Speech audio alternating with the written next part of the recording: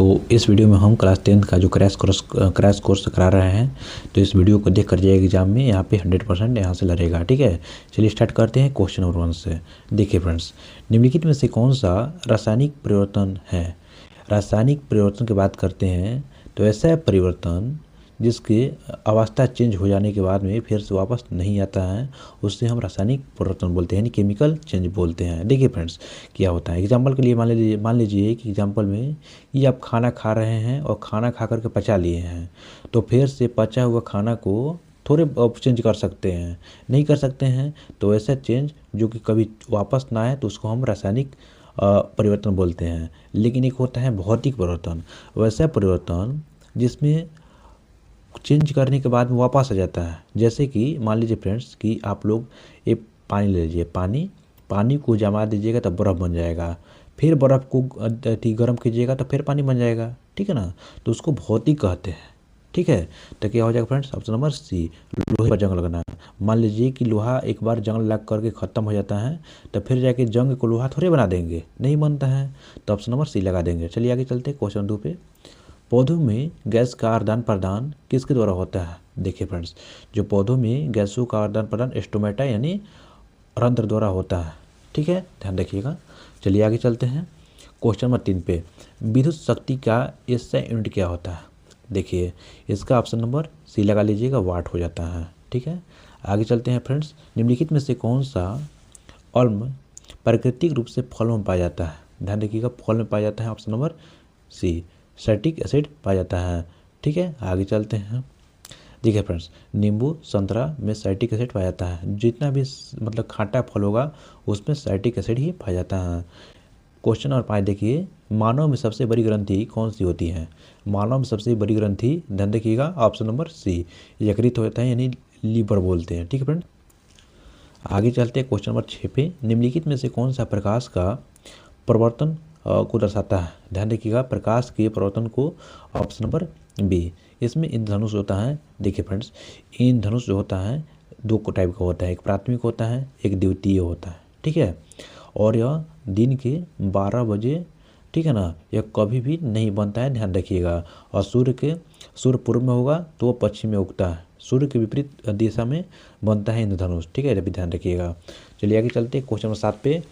विद्युत धारा मापने का यंत्र क्या होता है। ध्यान रखिएगा, विद्युत धारा मापते हैं एमीटर में, लेकिन विद्युत धारा का SI यूनिट पूछेगा तो वो होता है एमीटर, मतलब एम्पियर होता है। ठीक है, लेकिन मापते हैं एमीटर में, ध्यान रखिएगा। ठीक है ना, SI यूनिट एम्पियर होता है। चलिए फ्रेंड्स आगे चलते हैं क्वेश्चन नंबर 8 पे।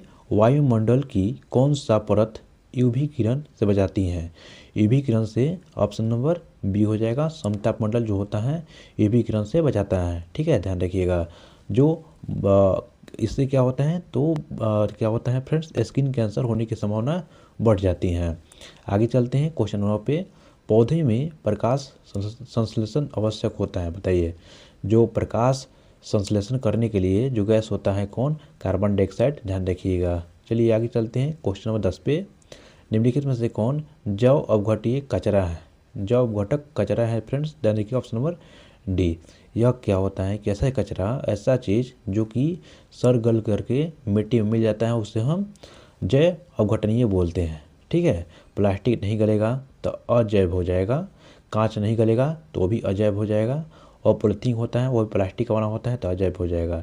लेकिन जो सब्जी का छिलका होता है वो गल जाता है, उससे हम जैव अपघटनीय कचरा कहते हैं। ठीक है फ्रेंड्स, आगे चलते हैं क्वेश्चन नंबर 11 पे। देखिए, ध्वनि की तीव्रता किस पर निर्भर करती है। देखिए यहाँ पे जो ध्वनि हो जाती है, चलती है, तो इसको क्या बोलते हैं, आयाम बोलते हैं। ठीक है ना, इसको एम्पलीट्यूड बोलते हैं, ध्यान रखिएगा।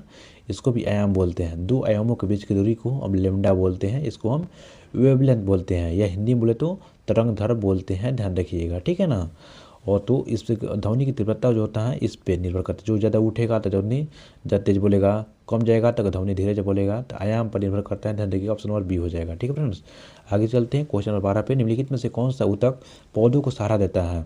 ऊतक पौधों को सहारा देता है, ध्यान रखिएगा, ऑप्शन नंबर सी हो जाएगा, एस्केलन कायमा हो जाता है। ठीक है, आगे चलते हैं क्वेश्चन नंबर 13 पे। दांत की सड़न का मुख्य कारण क्या होता है। दांत सड़ने लगता है, क्यों सड़ने लगता है, क्योंकि जो अम्लीय पदार्थ हो जाता है। ठीक है, आगे चलते हैं 14 नंबर क्वेश्चन पे। निम्नलिखित में से कौन सा धातु नहीं है। देखिए फ्रेंड्स, यहाँ पे धातु बोल रहे हैं नहीं है, ठीक है। तो ऑप्शन नंबर सी हो जाएगा सल्फर। सल्फर कितना होता है, 16 पे सल्फर होता है इसका।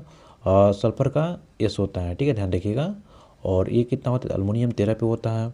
तांबा कितना पे होता है, तो आप लोग कमेंट कीजिएगा। लोहा 26 पे होता है, ठीक है। तो ये सब क्या होता है, देखिए फ्रेंड्स, जिसका भी मतलब कि रस क्या होता है, ठीक है ना, मतलब कि क्या होता है, संयुक्ता 2 होता है, 1 2 3, तो वो होता है मतलब कि मेटल, ठीक है, ध्यान रखिएगा।